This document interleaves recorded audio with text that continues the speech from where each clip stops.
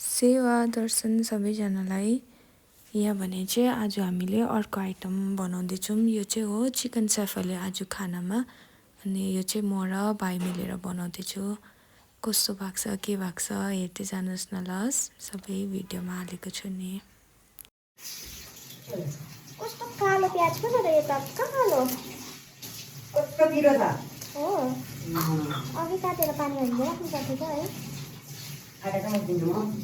त्यसो मैदामा खाने कि आटामा खाने भनेको जेमा भन् म त तर मैदामा बनाउँथे मिक्स गर्दै त्यसो गइरहेको मैदा यति रहेछ नि त ए भगवान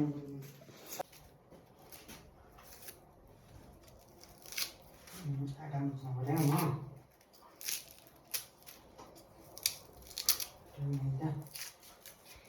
आज चाहिँ भने हामीले चाहिँ खानु आँटेको छ स्याफाले चिकन फाले।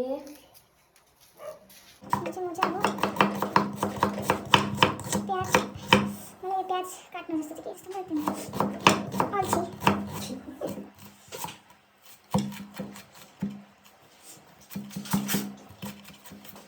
टमाटर र खोर्सानीको मात्रै है के पनि हालेको त्यसो मिठो हुन्छ डलेर टमाटर मेरो आँसु देखाइदिनु अरूकोले रुवाओस् नरुवाओस् केले चाहिँ रुवाउँछ प्याजले केले रुवाउँछ अरे अरू चाहिँ अरू जसले नरुवाओस् रुवाओस् कान्दाले भन्दैन प्याजले चाहिँ कान्दाले भन्दैन यस्तो हरे त हरे अब जो मान्छेले प्याजहरू काट्दा आँसुहरू आउँछ त्यो मान्छेले रिसाउनै सक्दैन अरे धुवाहरूले कति मान्छेलाई त प्याजहरूले ट्याक्क पोल्दैन अरे नि त धुवाहरू हरे अब हरेमा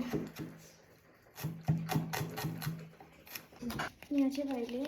मैदा र आटा मिक्स गरेर चाल्दैछ। यो मैदा र आटाको काम चाहिँ भाइले गर्छ किनभने पुरा अल्छी लाग्छ यो मैदा डो बनाउने चाहिँ मलाई एकदमै अल्छी लाग्छ। तर म चाहिँ यो डिपार्टमेन्टमा आँसु आउँदै भए पनि चिकनभित्र जसले खानु हुँदैन सरी मैले देखाएँ सबैजनाले खाँदैन नि त तर हामी चाहिँ खान्छौँ। अब धेरैले खाँदैन कतिले खान्छ त्यही भएर नि नखानेले पनि हेर्नुहुन्छ नि त भनेर नि फेरि भन्दा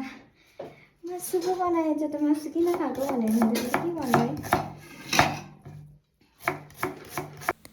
यहाँ भने चाहिँ मैले भोइस ओभर गर्नु पऱ्यो किनभने भाइसँग अलिकति पर्सनल कुराहरू हुँदै थियो नि त काम गर्दा गर्दा कफ निक्लिहाल्छ त्यही भएर नि। अदुवा पनि हाल्छु सिम्पल प्याज किमा अदुवा अन्त अलिकति नुन र हुचिङ मात्रै त्यति।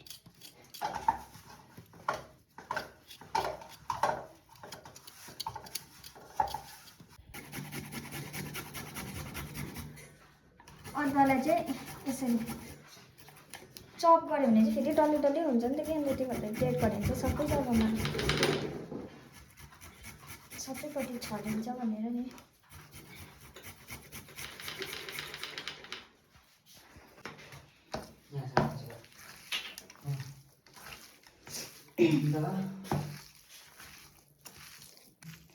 अदुवा चाहिँ ग्रेट गऱ्यो भने चाहिँ यसरी सबैपट्टि यसरी उयो हुन्छ नि त मिक्स हुन्छ नि त त्यो चप गऱ्यो भने चाहिँ खाँदाखेरि मन पर्दैन मलाई चाहिँ।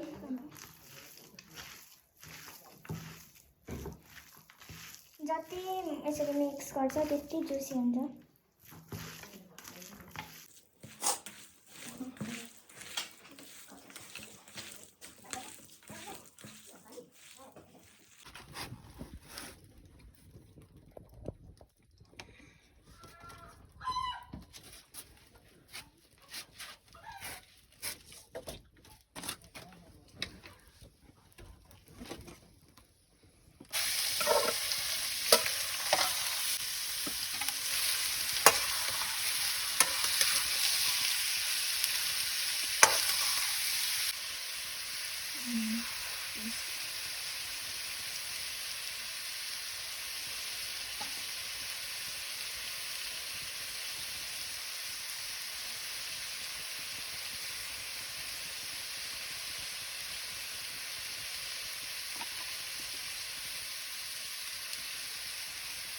यो चाहिँ कलर हो पिरो हुँदैन यसले चाहिँ कलर दिनु मात्रै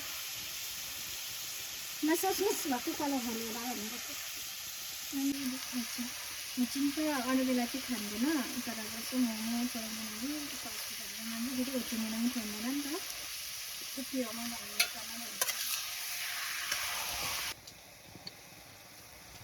म चाहिँ यहाँ कम्तीमा चाहिँ सोया सस पनि हाल्छु धेरै होइन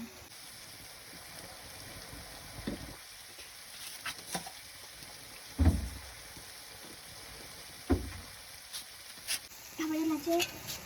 मजाले पकाउनुपर्छ त्यहाँदेखि चाहिँ पाकेपछि चाहिँ सेलाएर चाहिँ त्यहाँदेखि बनाउनुपर्छ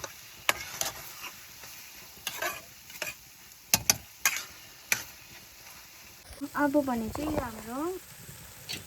पाकिसकेको छ चिकन ल अब यसलाई चाहिँ उयो गर्नुपर्छ सेलाएर राख्नुपर्छ पातला बनाउनु हुँदैन अब यो चाहिँ एकछिन चिसो बनाउनु राख्नुपर्छ अब भने चाहिँ यहाँ भाइले मैदा आटा मिक्स रेडी गरिसक्यो अब म चाहिँ उयो फ्राई गर्छु अब म चाहिँ यसमा फ्राई गर्ने ल हामी तेल त अब ज्यादै चाहिहाल्छ के गर्नु सधैँ सधैँ त होइन नि त तर कोही कोही बेला चाहिँ भाइले चाहिँ बनाउने किमा पनि सेलिसक्यो नि त चिसो भइसक्यो भाइले भन्नुहुँदैछ ल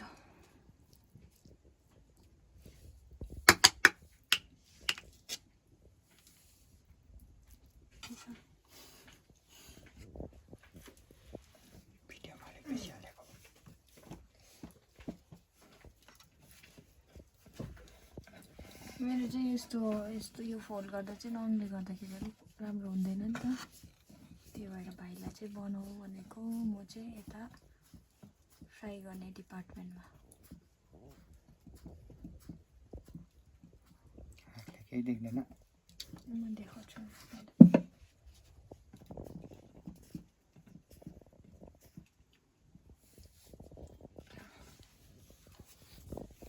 भने रेडी भयो क्या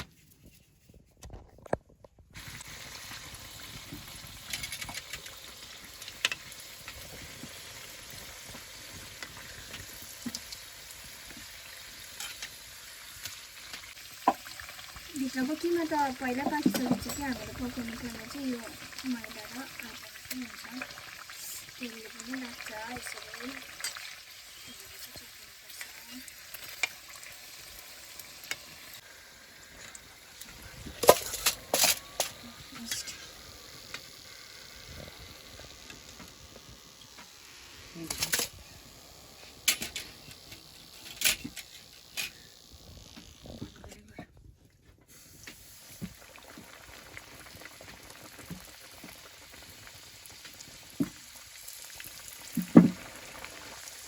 तिनवटा पनि हाल्दा हुन्छ कि तर दुईवटामा चाहिँ यसरी खिलो मजाले पाउँछ नि त अन्त राम्ररी पक्छ भने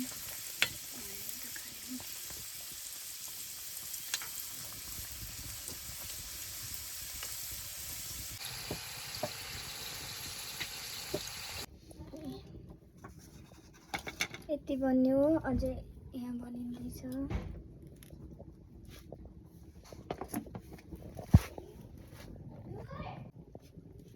लु अब भने चाहिँ हाम्रो फाले पाकेर रेडी भयो कस्तो भयो अहिले टेस्ट गरेर भन्छु है अब भनेको चाहिँ यहाँ चाहिँ अचार बनाउन आँटेको यो चाहिँ सिम्पल छ के पनि छैन यसमा टमाटर पोलेको डल्लै अन्त एउटा मात्र लसुन हालेको किनभने ज्यादा खानु पनि चाहिँ हुन्छ कि फेरि स्मेल आउँछ नि त त्यही भएर चाहिँ यो रेडी भएपछि चाहिँ त्यहाँदेखि चाहिँ हामी खाने कौडी जाडोमा तातो तातो कौडी यो चाहिँ काकालाई चिकन कौडी चाहिँ अब यिनीहरूले खाएर ट्राई गर्छ भन्नु ल कस्तो भएछ बाई बाई फोटो त खिच्नु पनि पर्दैन अब भने चाहिँ हामीले चाहिँ खाएको ल ट्राई गरेको कस्तो भयो भनेर खाइ ल थ्याङ्क यू हेरिदिनु भएकोमा सबैजनालाई बाई बाई